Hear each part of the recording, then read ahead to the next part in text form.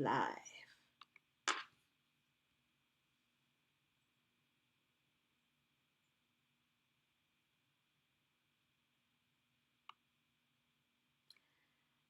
Hello, everyone. Welcome to Healing Arts Talks.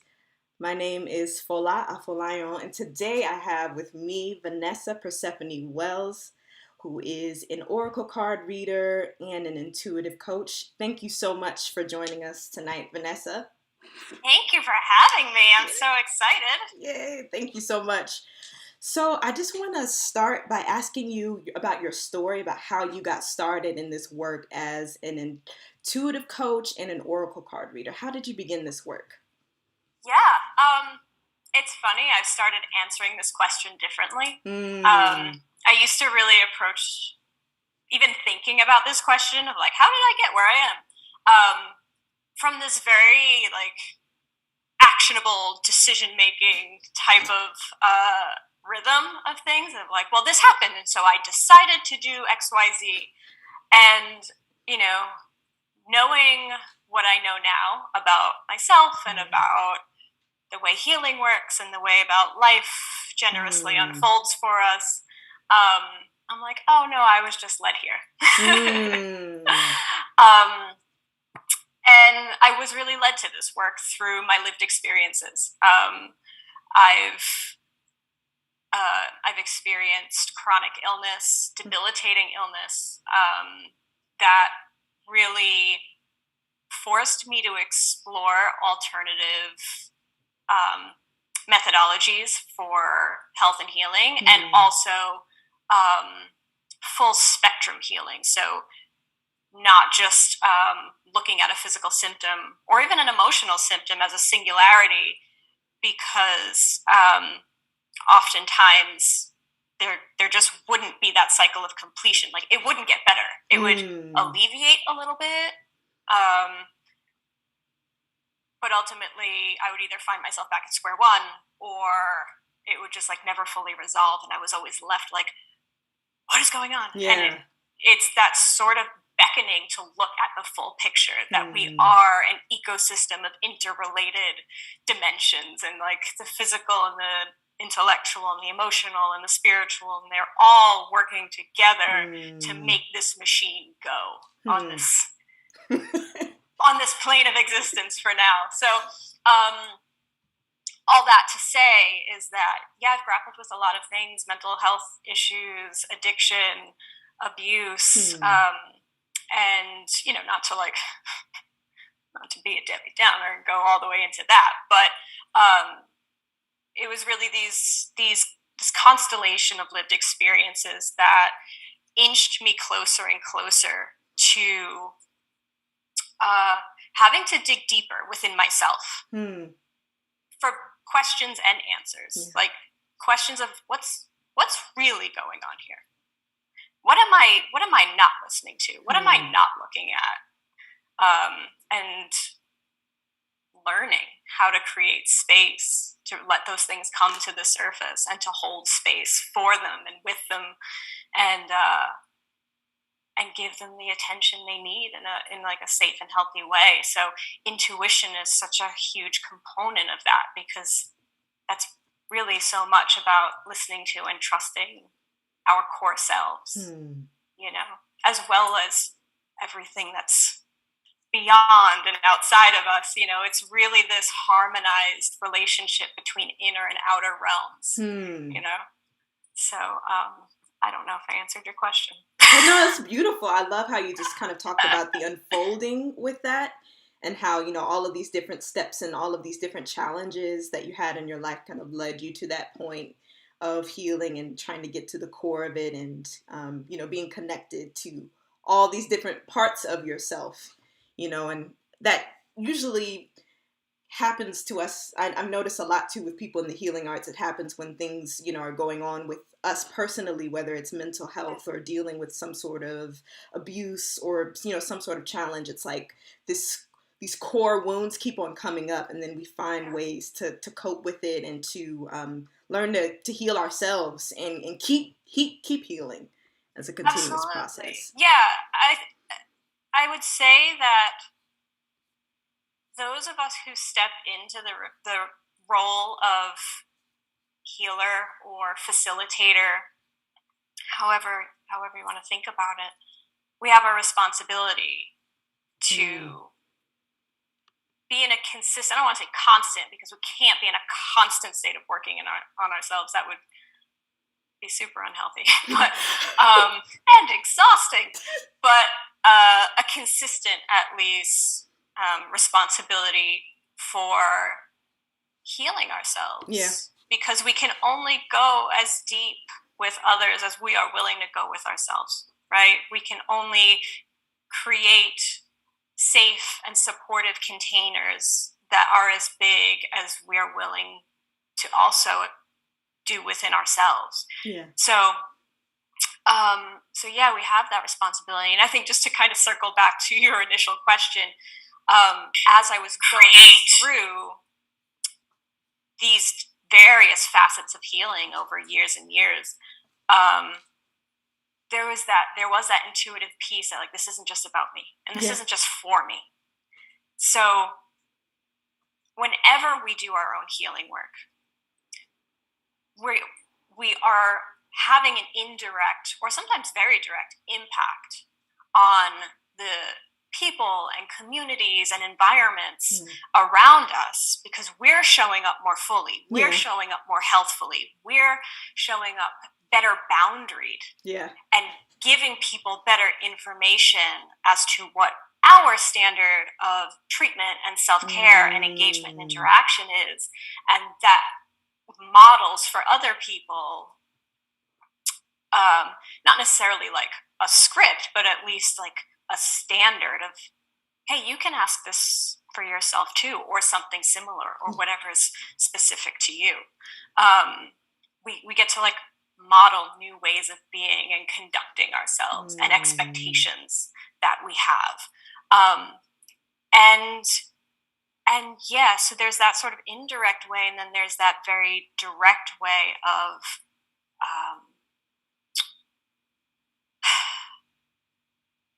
becoming of service through experience and expertise, right? Those very two valuable, distinct, but important components of, we can't have just experience.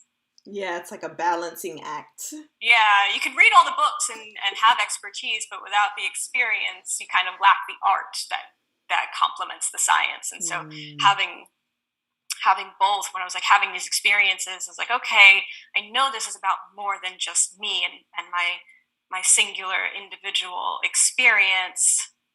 How can I skillfully and effectively bring this to other people who need it? And that's where training and education and development comes in. So I love that. So it's like, you're starting with yourself and doing your own work, which is so important. I'm just kind of echoing what you were just talking about healers doing their own work and, making sure you're taking care of yourself first and showing up for yourself fully first. And then you're able to bring that out and share that with the world.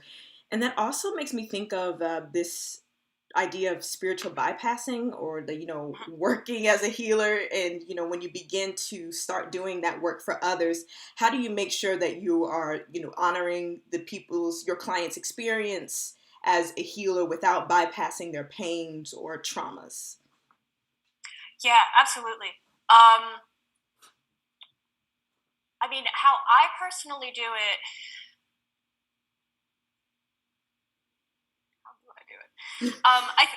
honestly, I think something that's so valuable is simply witnessing people exactly where they are. And it's important to me. I consider myself a trauma-sensitive practitioner, and I intentionally don't say trauma-informed yet, because I haven't gone through that specific training yet. I will. But until I've been through something that is specific to that, I'm very trauma sensitive. And so people want to be witnessed in their pain. Yeah. They don't want to be pushed through it. They don't want to be told how strong they are. Like, those things can be true, and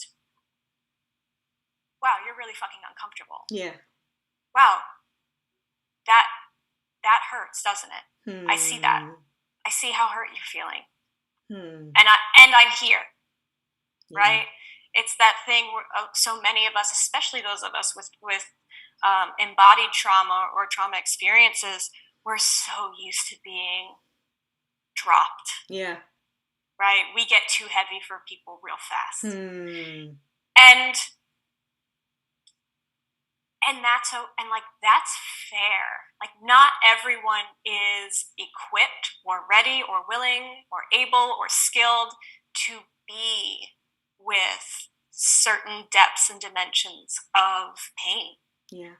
And so sometimes people honoring their own boundaries and their own thresholds, and they kind of like, I don't know how to be around this. And that triggers a lot of abandonment, and that triggers a lot of rejection, sensitivity, dysphoria, and a lot of things that are sort of an inherent component of that kind of lived experience. So I'm very appreciative that I have the capacity to sit quietly and acceptingly with people who are either in the present moment of experiencing and processing something difficult and challenging and big feelings, right? Or if they are for the first time able to process something that happened in the past that they didn't have the tools or the space or the know-how of what to do with it, right? That's a lot of our childhood trauma is like things that happened to us and we had no idea what to do with it. And then we just kind of have been carrying it around and letting it inform and influence our identity and our choices. And then one day we wake up and we go, who the fuck am I? And how did I get here? What is this? I don't like this at all. Or why does this keep happening? Or why, why are these people in my life? Or why do I keep on having these same relationship patterns? Yes. Patterns are the key. Yeah, and for sure. How does that show up in your work when you think about honoring people's patterns, whether you're doing a reading or an intuitive coaching session? How do you begin to help a client recognize that? Yeah, it's wild. It can be so subtle. I actually have a really good knack for pattern recognition, visually, intellectually, really good at pattern recognition. It's one of the beautiful benefits of working with someone over a number of sessions as opposed to a single session, because in that larger container, I have that ability, right? We can be talking about, a past experience one time and then a present situation another time. And it can be like, okay, so I just want to bring your attention to a common thread between what we talked about last time and what we're talking about now. And I want to see how that sits with you. What does that bring up for you? And it's curiosity, compassionate curiosity is really the goal, right? I'm not here to tell anybody who they are. And I'm not here to define for them what needs to happen. That's not my style. That's not what I do. We are all our own best authorities on ourselves. However, outside reflection is a key component to our own development, right? We can't see ourselves without a mirror. So I meet people with curiosity, compassionate curiosity, and I listen for specific words that they use, and I watch body language. And as an empath, I also feel their energy, right? I can kind of be comparative of okay, when we're talking about this thing and that thing, I feel their contraction, right? Their energy really contracts, right? And that indicates to me that there's an anxiety or there's a fear resistance or a trauma response or something going on there. and it's nuanced, right? Each person, you have to meet them where they are, and you have to actively listen to what they are and are not ready for. Yeah, that's so right? important. Yeah. I might see something or hear something or notice something and get that like psychic hit of, oh, this is what's going on, or this is what they need.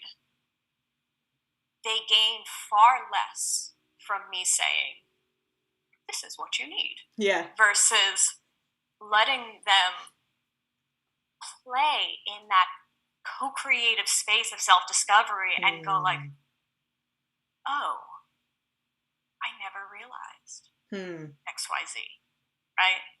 And so it is about really tapping into a person's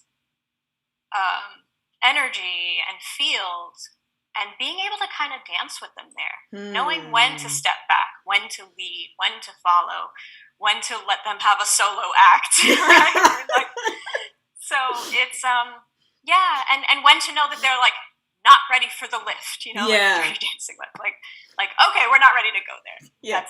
That's fine. We can work our way up. But I think one of the worst things that can happen is when a practitioner thinks they know what someone needs better than they do and tries to push or tries to force or tries to, you know, impose. Yeah. And that's where the power dynamics of shadow work can get sticky. Yeah, it becomes like this weird kind of thing where the client, it feels like you're in control and you've got all the answers, as opposed to them feeling empowered or coming to those realizations, like you were just saying, of, oh, I didn't realize this, or oh wow, this, you know, I needed this support system to speak up these things or to see this in a new perspective. Totally, yeah. And that's where we get into, you know, complementing that concept of spiritual bypassing, right? Guruization, and like shadow rescuer behaviors, where it's like, I have the answers you need. All you need to do is like, I think one of the words I'm most mistrustful of is the word just. Yeah. Like, you just have to, or can't you just? And it's like, you have just given away that there's a whole lot of something that you don't know. Yeah. So yeah, it's an art, it's a science, and a balance for sure. Yeah. And I noticed you talked about shadow work a little bit before too. Can you talk about how you define shadow work and ways for people to begin that process? How I define shadow work. I am not a therapist. I'm going to make that declared statement. Yes. I am not a therapist. Yes. I am not a psychologist. However, I have part of my undergraduate work was studying psychology, specifically Jungian analysis. And so I have some opinions about the current state of the term shadow work, because I think it is among some of the development tools that have gotten a bit appropriated and watered down in the name of individual agency, which is not inherently a bad thing, but because especially in the, you know, shadow work is about, it's an integrative process, right? It's a way of coming home to oneself. It's a way of bringing back the exiled and silenced parts of ourselves. Yeah. That's deep work. That's intense work. It is painful work. And in the hands of someone who is unskilled, in the hands of someone who has not done their own shadow work appropriately, thoroughly, and in the hands of someone who doesn't understand things like transference or doesn't understand their relationship to power, or their relationship to codependency, or things that can really interfere and create more damage and re-traumatization in people. In those situations, shadow work can go awry. Yeah. Right? Because we are dealing with fractioned parts of psyche. So it is a psychological tool. And I think there needs to be reverence and regard for that. And while you don't necessarily need to be a licensed psychotherapist to practice shadow work, obviously, like I'm just saying, in my own personal therapy work, it is highly based in shadow work. Yeah. Like, my therapist practices internal family systems. So I put myself through it, and I'm able to sort of also observe on top of studies that I've done and continue to do, et cetera, et cetera. So shadow work, people who want to, I think we come to shadow work when we, like we were saying before, start to detect these patterns of like, why do I keep ending up in these jobs that like aren't fulfilling, and I'm underpaid and I don't get promoted and blah, blah. Why do I keep ending up with the same type of partner who, you know, wants me to be really, you know, submissive and domestic and stay at home, and that's clearly not who I am, right? Why do I keep having these same struggles with money? Why do I keep, you know, remembering these things from childhood and just can't seem to get over it, right? Patterns. Yeah. And we come to shadow work because we realize there's something more that we can't see. And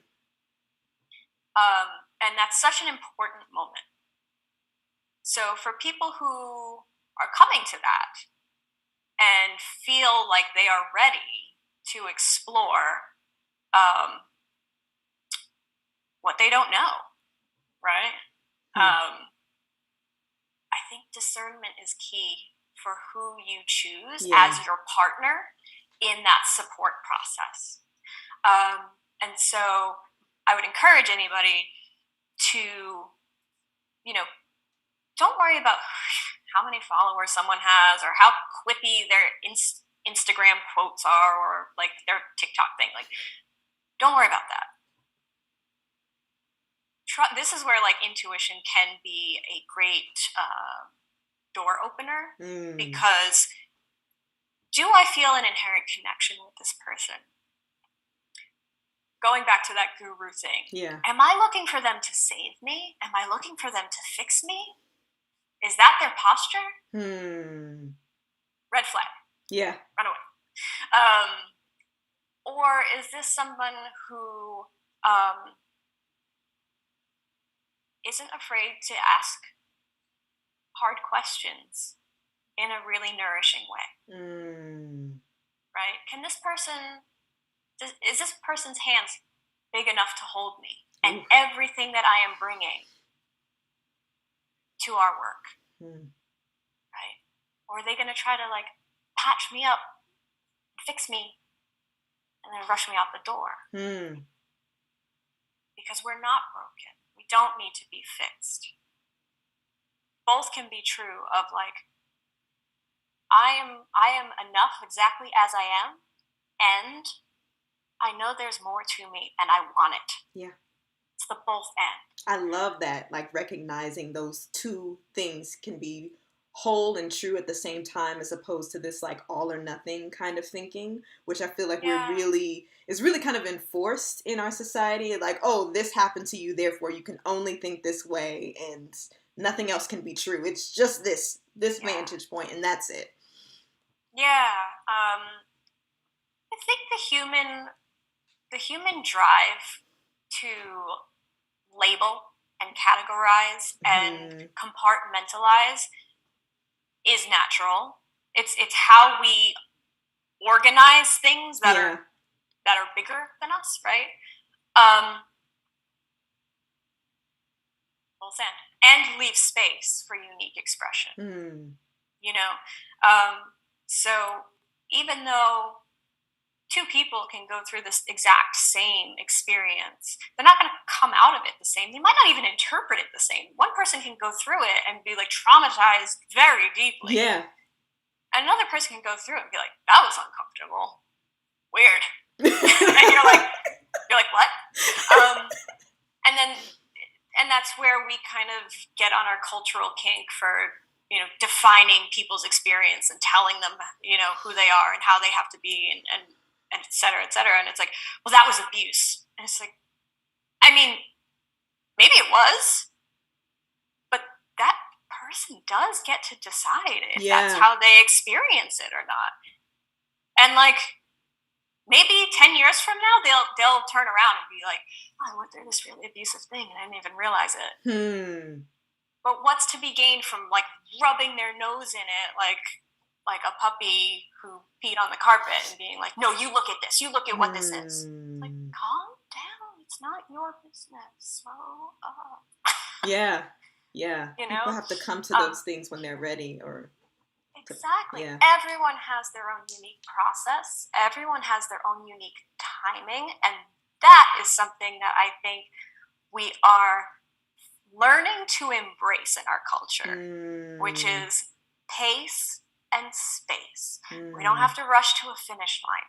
We don't have to copy everybody. We don't have to copy each other. We don't all have to do things in the same way or aspire to the same outcome. Like, you can do your way and I can do my way, and we could both do the same thing, but we're going to do it each in our own specific, unique way, and that's going to, be uniquely fulfilling for each of us, and that's going to have a unique impact that resonates out, and like, there's enough. There is enough for everyone. Yes. There is enough. Like, we need to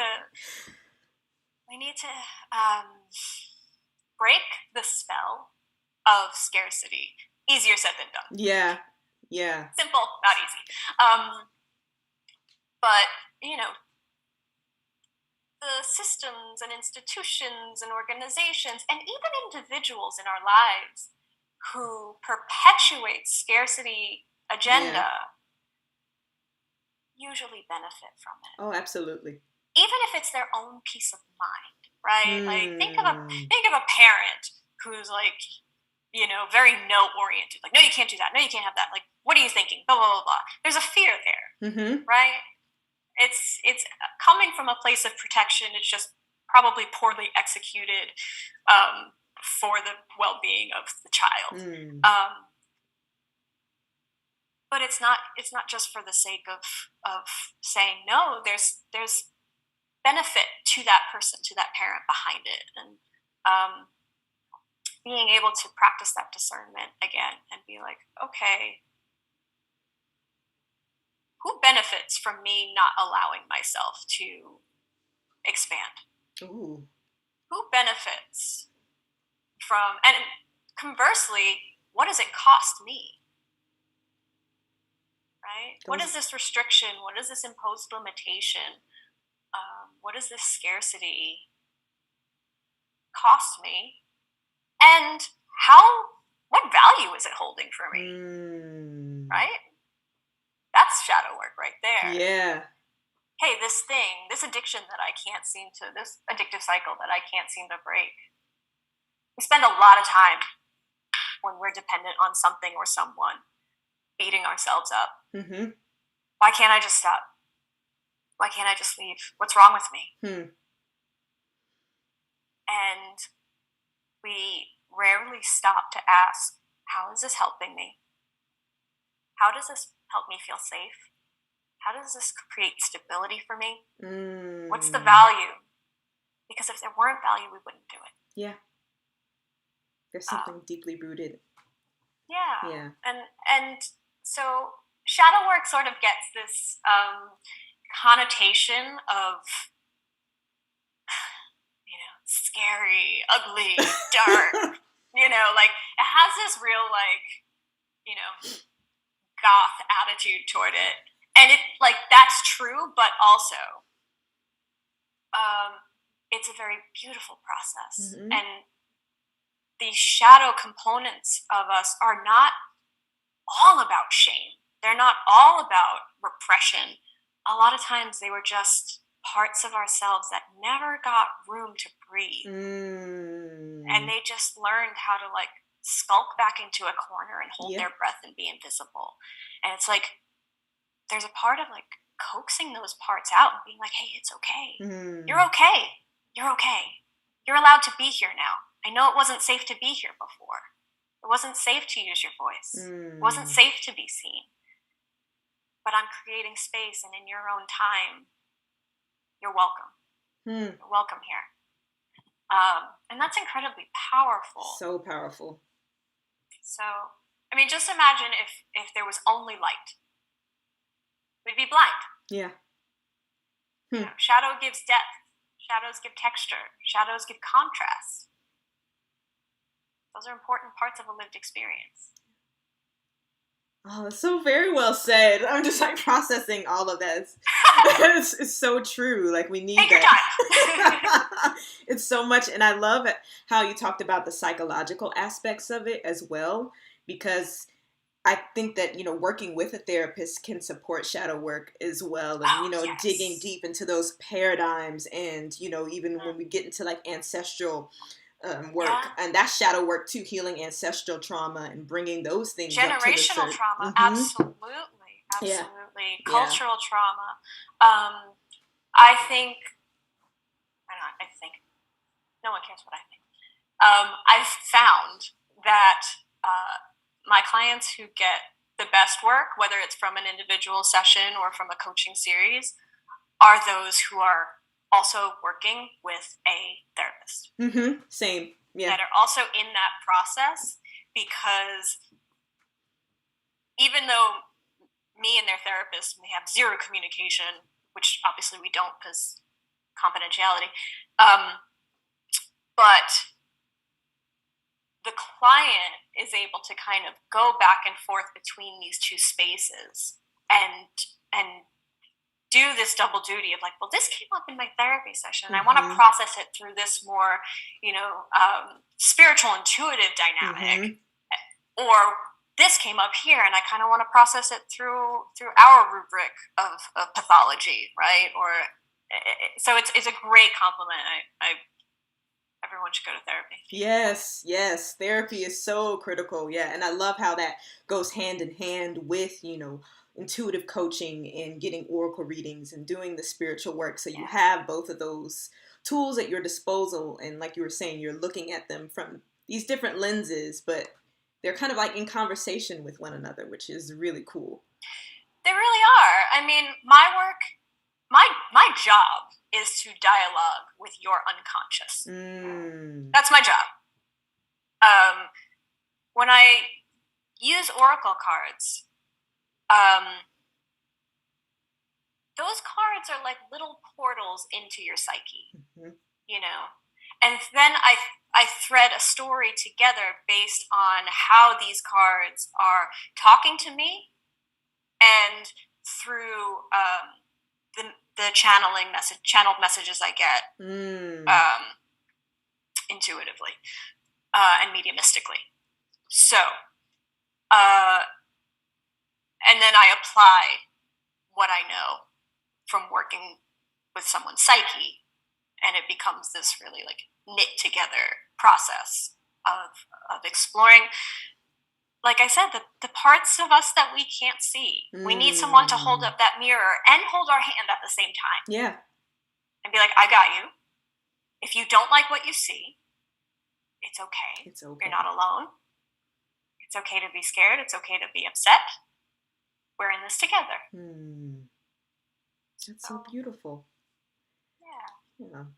Well, we are at time, so I wanted to give you an opportunity to let people know how they can get in touch with you in your sessions and what kind of offerings you have going on right now. Absolutely. Thank you. You can find me on Instagram at darkheartshealingarts, or you could go to darkheartshealingarts.com. You can, on my homepage, you can get a free Oracle card PDF that you can like do a DIY spread to kind of give you a flavor of how I approach doing a reading. And that will put you on my mailing list. I don't email very much right now, but I think we're all a little exhausted on Instagram. I think we've all had enough of like the spam accounts and the, blocking things and whatever. So I recommend getting on the mailing list. I'm not going to like spam a bunch of people or send you like 25 emails in 2 days. It's an alternative way for me to communicate and correspond as I build out other things. Right now, my 5-week intuitive coaching series, which is called Co-Create the True You, which is 5 sessions of combination of oracle cards and coaching. That starts for this month on the 20th. So that starts with a monthly forecast. That will be on the 20th. And yeah, that can all be found on my website. And I can also do, single readings. I do 60 or 90-minute oracle card readings too. Awesome. I'll be sure to put that in the description box for the replay so folks can have that as well. Cool. Yeah. Thank you so much, Vanessa, for joining us. It's been a pleasure getting to know you and talking about your work, and exciting. Thank you for having me. It was so nice to connect with you and your community here today. Thank you so much. And thank you, everyone who's joining us on the live. We appreciate your presence. Thank you, everyone who's watching the replay. Be sure to check out Vanessa's work. And we will see you all later. Bye. Bye.